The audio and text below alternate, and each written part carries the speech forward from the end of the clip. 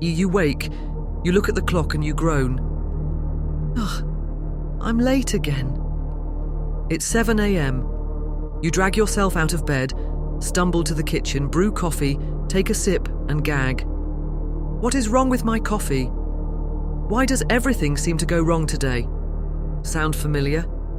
The other days the universe is taking its toll, you get stuck in terrible traffic, your boss is blowing up at you and your phone battery dies when it's an inopportune moment. Before you know it, the whole day is ruined. Have you ever asked yourself whether it is really you who are against life, or if your mind is caught in a cycle from which everything seems to be worse? But what if it's not the universe working against you? What if the real problem is you, or more specifically, your habit of complaining? Yes, complaining. It's subtle, it's automatic, and it's wrecking your energy, your mood, and even your ability to see solutions. But once you recognize it, you can stop it, and when you do, everything changes. Let's talk about why complaining is an energy depleter, and how to break free from it for good. Let's take the ride slowly. First off, what is complaining? You can take it like you're stuck in traffic. You're late for work, the cars aren't moving, and you slam your steering wheel and say, "Ugh, why does this always happen to me?" That's complaining. It's focusing on what's wrong. The traffic, the delay, the frustration, and sometimes humans suck. Complaining isn't just about big problems. It could be little things too, like grumbling about rainy weather ruining your picnic, or groaning when your coffee turns out too bitter. It's that voice in your head that says this isn't how it should be. But here's the thing. Complaining feels normal. We all do it. When your friend says, "My boss is so annoying," and you reply, "I know, mine too." It feels like bonding. It's like we're wired to vent. But why do we complain? Let's break it down. Imagine your phone battery dies right before an important call. You might yell, "This stupid phone never works." But actually, the truth is, complaining is really about resisting what's happening. You're saying, "I don't accept this. This shouldn't be happening to me." But life doesn't care if you accept it or not. The rain keeps falling. The traffic stays stuck. The phone stays dead. Complaining is similar to shaking your fist at a thunderstorm. It does not stop the storm, but it does make you feel powerless. Example. Think about a time you complained about waiting in a long line. Did the line move faster? No. But you probably felt more irritated, right? That's because complaining tricks us into thinking we're doing something about the problem when, really, we're just stewing in frustration. Also, you must notice that it looks good at first, but why it happens? Actually, complaining gives a quick rush of relief, like popping a balloon filled with stress. For example, after a tough day, you might call a friend and say, "You won't believe what my coworker did today." Venting feels good because it releases tension, but it's temporary. Let's say you spill coffee on your shirt before a meeting. You mutter, "Of course this happens to me, today's ruined." For a second, you feel justified. But then what? The stain is still there. Now you're also upset and distracted during your meeting. Complaining didn't fix anything, it just added more stress. And people forget to fight the reality. Complaining is like trying to swim against a river's current. The river, life, keeps flowing, but you're wasting energy fighting it. Ancient philosophers like Heraclitus said, "You can't step into the same river twice," meaning life is always changing. When you complain, you're refusing to move with that change. It's funny though, but this question remains banging. Why we keep doing it? Complaining becomes a habit because it's easy. It's easier to blame the traffic than to wake up earlier. It's easier to criticize your partner than to talk calmly about problems. We also complain because everyone else does it. It's like a social habit. At family dinners, someone says, "The weather's awful," and suddenly everyone's chiming in. But here's the secret no one tells you. Complaining is addictive. The more you do it, the more your brain looks for things to complain about. It's like wearing gloomy glasses, and you start seeing problems everywhere. even when they're not there. Randoms rants, this music's too loud and the food is cold. Suddenly you notice everything wrong. The dim lights, the crowded room, but the person next to you is laughing and saying, "This is fun." Same party, different focus. Congrats, you're in the loop now. Okay, so we know complaining feels bad, but did you know it can actually harm your health also? Complaining is more than just an annoying habit. It can have a negative impact on your health in unexpected ways. Every time you gripe or vent, your brain releases cortisol, the body's stress hormone. Cortisol is like your body's emergency fuel. It kicks in to help you escape danger, but when you complain non-stop, your system is tricked into staying on high alert. In 2018, the research was conducted, and the results of the research shows that during periods of stress, cortisol levels can spike dramatically, even increasing up to 9 times above normal levels compared to relaxed periods. Over time, these chronically elevated levels can lead to a host of health issues, including a weakened immune system, poor sleep quality, weight gain, and even heart problems. But the damage isn't limited to physical health. Complaining can also rewire your brain. Our brains naturally have a negativity bias. This means they tend to focus more on negative experiences than positive ones, a trait that helped our ancestors avoid danger. Today, however, this bias keeps you trapped in a cycle of negativity, and a negativity loop is without a way out. The more you complain, the more your brain searches for reasons to complain, reinforcing that negative mindset. Over time, this can even shrink key areas of the brain like the hippocampus, which plays a critical role in learning and memory. Essentially, chronic complaining can hardwire you to see the world through dark, pessimistic glasses, making it harder to notice or appreciate the good things in life.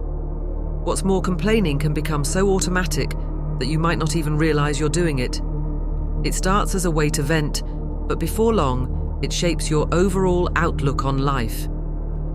When you're stuck in this cycle, nothing ever seems to go right, and that negative perspective can lead to further stress and even depression. And this isn't just theory or any medical experiment. A growing body of research supports the idea that a persistent negative outlook can have real measurable impacts on both your mental and physical well-being.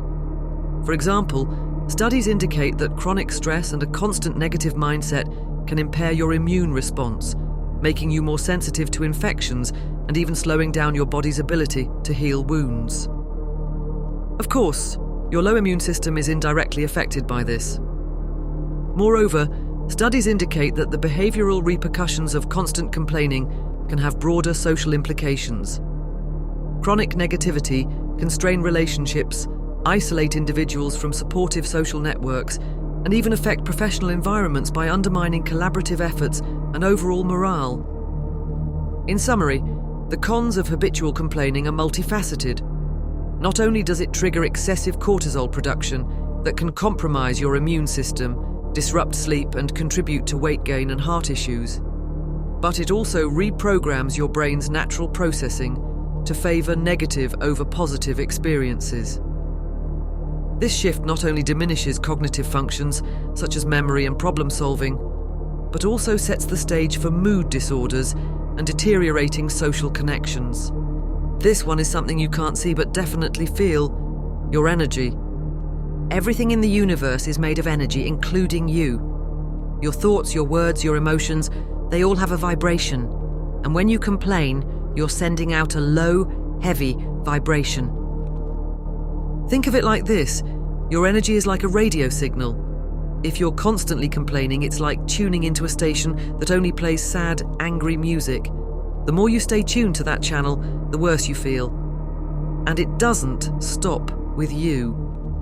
Ever notice how spending time with someone who's always negative can drain you? That's because their low vibration is contagious, pulling your energy down along with theirs. This low vibration doesn't just stay inside you, it affects the people around you too. Have you ever been around someone who's always negative? It's draining, right? That's because their energy is pulling you down. But here's something really interesting. Habitual complaining can even block your energy centers or chakras. Two chakras that are often affected are the throat chakra, which governs your ability to express yourself, and the solar plexus chakra, which is all about confidence and personal power. When these chakras get blocked, it feels like you're driving a car with the parking brake on. You're putting in all this effort, yet you just can't move forward because something essential is stopping your flow. The frustrating part is that this isn't just about feeling a bit off. When your energy is bogged down by negativity, it affects your whole outlook on life. You can't express your truth effectively, and you might feel completely stuck, unable to tap into your true potential. But here's the good news. You can clear these blocks and raise your vibration. And the key is something you've probably heard before, but maybe didn't take seriously: gratitude. Stay with me, because this next part is where everything changes. So, how do you break free from the complaining trap? It's simpler than you think. You replace complaints with gratitude. Gratitude is like a magic switch. It flips your energy from low and heavy to light and open.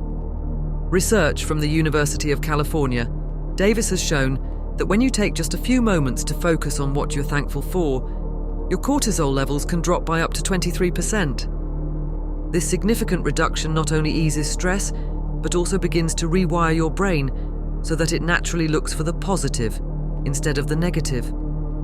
Over time, by replacing habitual complaining with genuine expressions of gratitude, you can help reset your brain's natural negativity bias, making you more resilient and better trained to handle stress. You can also try keeping a gratitude journal. Every night, write down 3 things you're thankful for. Over time, this trains your brain to look for the good instead of the bad. Next, find something in your day that you can genuinely appreciate. Even in the midst of a challenging situation, there is always at least one thing to be grateful for: a small win, a valuable lesson, or simply the fact that you are here and alive. Try to find out happiness in small things. Consider keeping a gratitude journal where, at the end of each day, you write down 3 things that went well or that you are thankful for. Over time, this habit trains your brain to naturally seek out the good rather than dwell on the bad. By making these small changes, you start to shift your energy from heavy and negative to light and positive. While it may take time to see the full benefits, embracing gratitude can gradually transform your mindset and overall well-being. Always remember that gratitude doesn't just change your energy, it changes your life. People who practice gratitude are happier, healthier, and more successful. They attract better opportunities and build stronger relationships. But don't just take my word for it. Try it for yourself.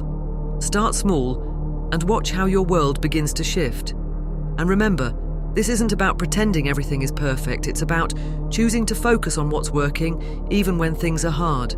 So here's the big question. What would your life look like if you stopped complaining? What if, instead of focusing on what's wrong, you focused on what's right? Tell me in the comments below. Like others, you also want to wake up with more energy, feel lighter, and attracting better opportunities. Imagine how your relationships would improve when you're not constantly criticizing or venting.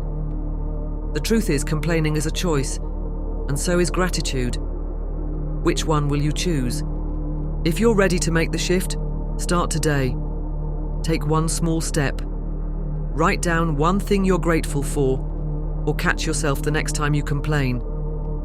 And if you found this helpful, share it with someone who needs it, because the world could use a little more gratitude. Thanks for watching, and remember, your energy is your power. Use it wisely